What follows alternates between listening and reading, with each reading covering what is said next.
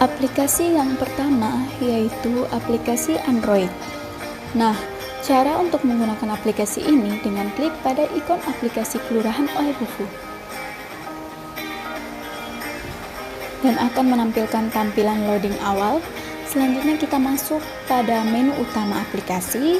Terdapat berbagai fitur-fitur yang telah disediakan. Yang pertama, aspirasi. Ini berfungsi di mana masyarakat bisa mengirim setiap aspirasi yang diinginkan secara langsung kepada pihak aparatur. Nah, di situ ada tanda status dari aspirasi tersebut, apakah telah dibalas atau masih menunggu balasan. Untuk membuat aspirasi, klik pada tombol buat aspirasi. Nah, selanjutnya masyarakat dapat mengetikkan tujuan dari aspirasinya.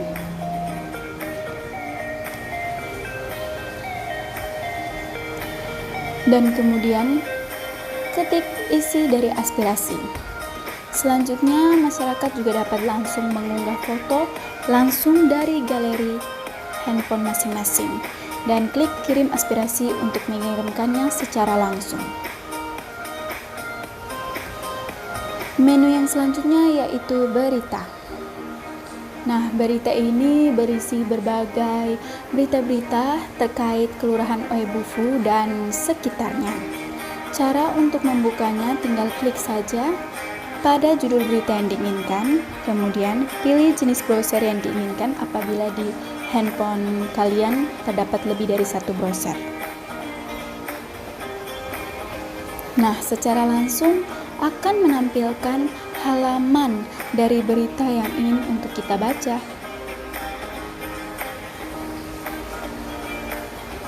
Kita masuk ke menu yang selanjutnya yaitu menu galeri. Nah, pada menu galeri ini ada berbagai foto-foto kegiatan dan juga deskripsinya. Jadi, apapun kegiatan yang terjadi di kelurahan ataupun kegiatan lurah, semuanya dapat didokumentasikan dalam galeri. Berlanjut, informasi layanan. Informasi layanan ini menyangkut berbagai kepengurusan surat menyurat dan lain sebagainya. Masyarakat dapat mengecek kira-kira apa saja syarat yang dibutuhkan dalam kepengurusan KTP, kartu keluarga, dan juga lain sebagainya. Selanjutnya, pengumuman. Pada menu pengumuman, masyarakat dapat melihat kira-kira kapan jadwal pembagian raskin, jadwal imunisasi bayi, dan juga pengumuman yang lainnya yang akan diinputkan oleh aparatur kelurahan sendiri. Selanjutnya, fitur program kelurahan. Nah, pada fitur program kelurahan ini menampilkan berbagai macam program yang sedang berjalan di Kelurahan Oebufu. Masyarakat dapat mengecek deskripsi dari program tersebut secara langsung melalui aplikasi. Lalu untuk fitur RT RW, masyarakat dapat melihat berapa banyak RW dan juga dapat langsung mengontak RW dan juga ET yang diinginkan.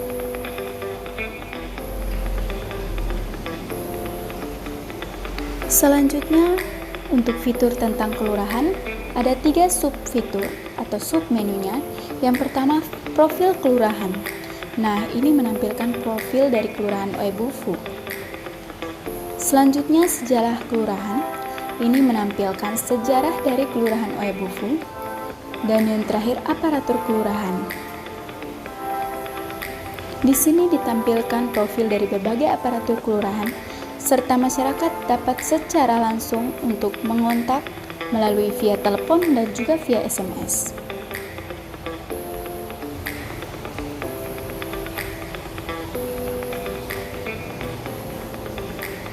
Oke, sekian untuk pengenalan dari aplikasi Android.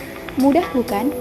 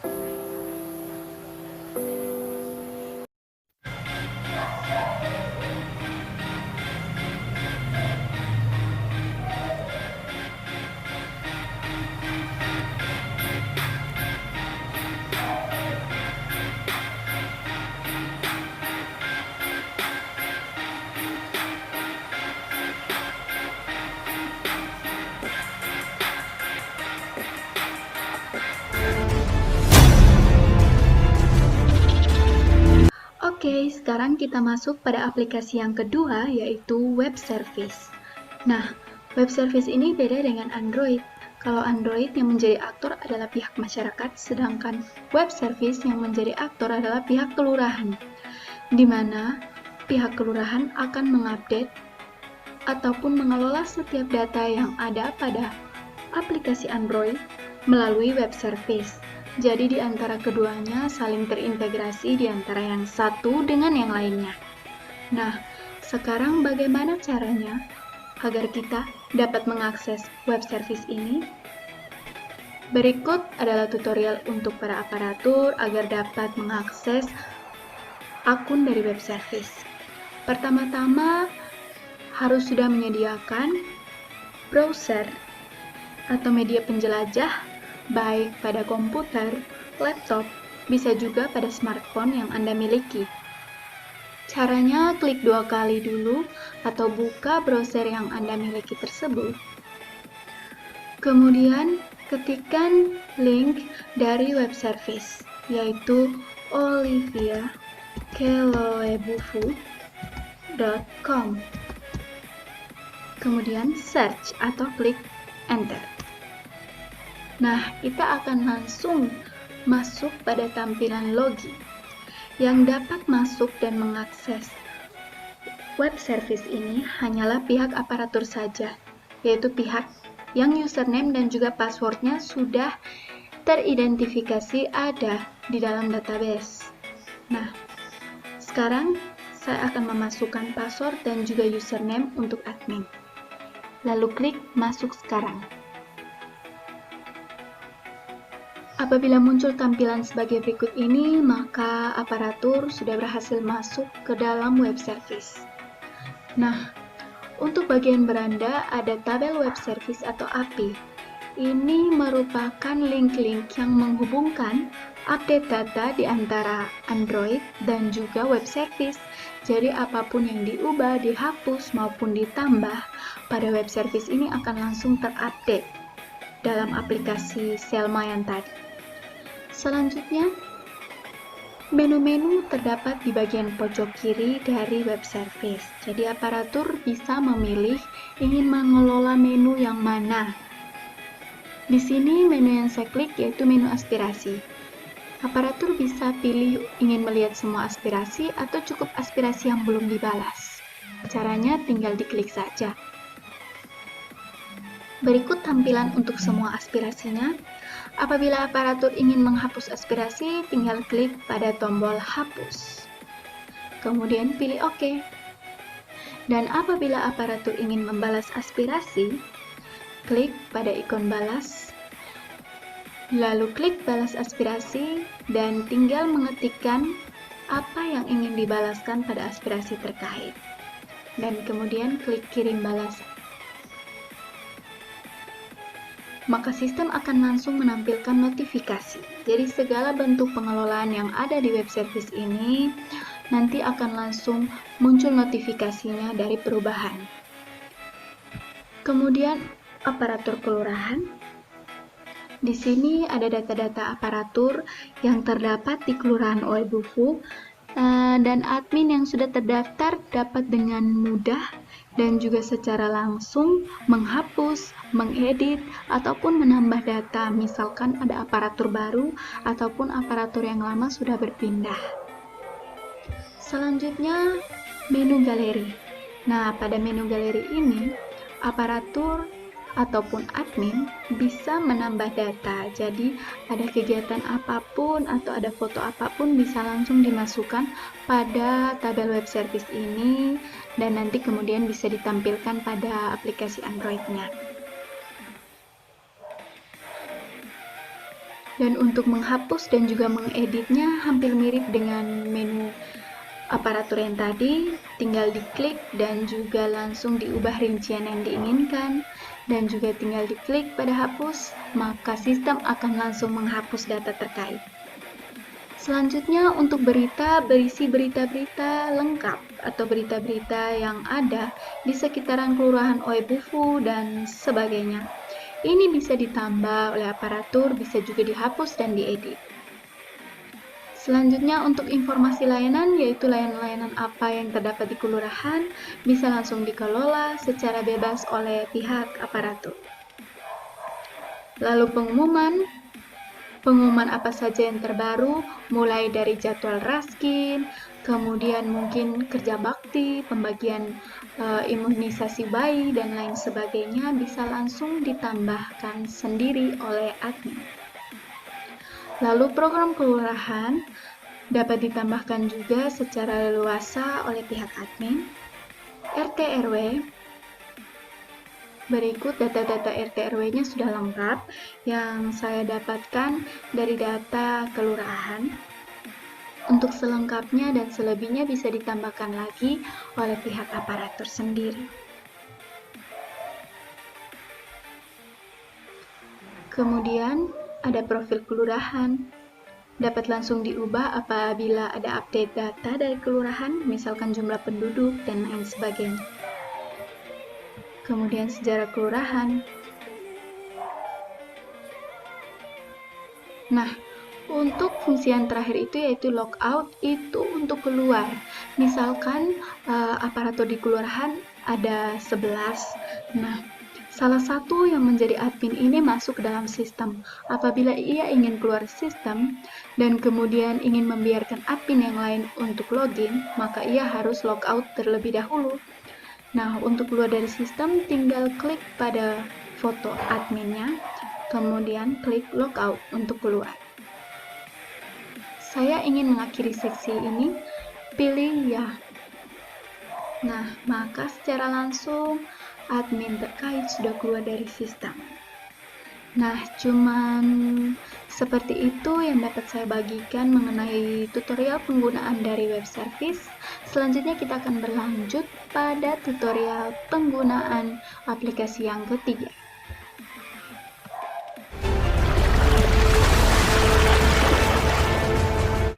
Oke, sekarang kita masuk pada aplikasi yang ketiga, yaitu SMS Gateway. Nah, aplikasi ini agak sedikit cukup rumit dalam penggunaannya, tapi akan saya jelaskan satu persatu. Sebelumnya, pihak aparatur dan juga pengguna harus menyediakan modem yang sudah terdaftar atau sudah bisa digunakan dan berhubungan dengan GAMU. Itu untuk spesifikasi modemnya dapat dicek pada website gamu.com, bisa dicek sendiri. Untuk di sini yang saya gunakan yaitu modem Wavecom Fast Track yang N1306B. Pertama-tama, pihak aparatur harus sudah mencolokkan modem tersebut pada perangkat laptop ataupun komputer yang ada di kelurahan. Nah, setelah dicolokkan, masing-masing bisa langsung mengecek apakah modem tersebut sudah terdaftar di komputer dengan cara buka file Explorer, kemudian pilih disk PC, klik kanan Properties, lalu pilih Device Manager untuk melihat port. Nah, di sini sudah terdaftar modemnya di port COM1. Itu harus dicatat dan diingat ya, dia di port COM1. Setelah itu kita minimize saja. Saat ini harus sudah pastikan juga media database. Kalau misalnya gunakan exam, ya examnya harus aktif. Kalau misalkan sudah di hosting, maka harus aktif semua ya untuk database-nya. Nah, selanjutnya kita akan mulai untuk konfigurasi GAMU dengan cara ketik cmd. Nah, akan muncul command prompt, kemudian run as administrator. Pilih yes saja. Nah, di sini kita harus masuk ke direktorinya dahulu, yaitu dengan cara ketikkan cd titik-titik dan cd titik-titik, kemudian cd gamu, oke, kemudian cd bin, oke, lalu gamu identify. Ini untuk mengidentifikasi apakah gamu tersebut sudah terhubung dengan modem Anda. Mari kita lihat.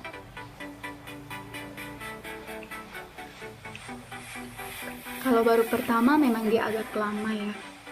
Nah, selanjutnya ini dia sudah menampilkan device-nya di port COM1, jadi betul sama dengan yang tadi sudah kita cek. Selanjutnya, kita ketikkan lagi Gamo SMSD. Oke, Gamo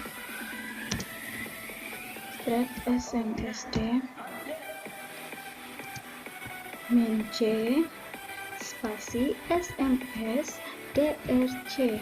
Nah, ini gunanya untuk apa? Yaitu untuk menjalankan servis SMS Diamond. Jadi servis SMS Diamond ini yang kemudian bisa mengirimkan pesan-pesan melalui web. Kemudian enter saja.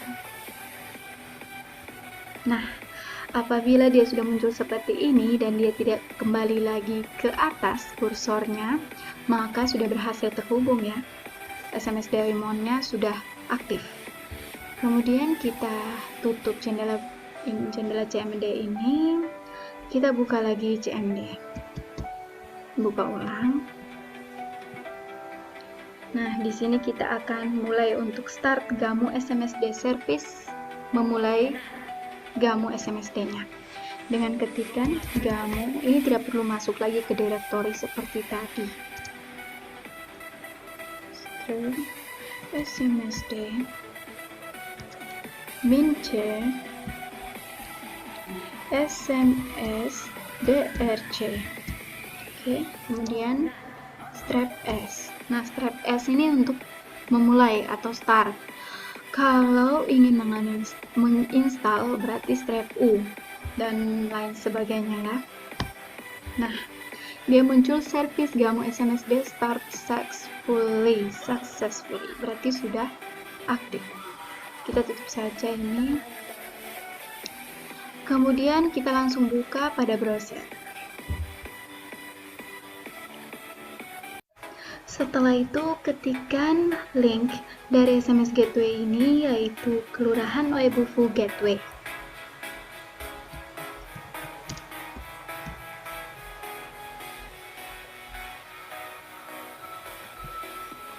Nah, sudah masuk pada tampilan login admin dari SMS Gateway ini.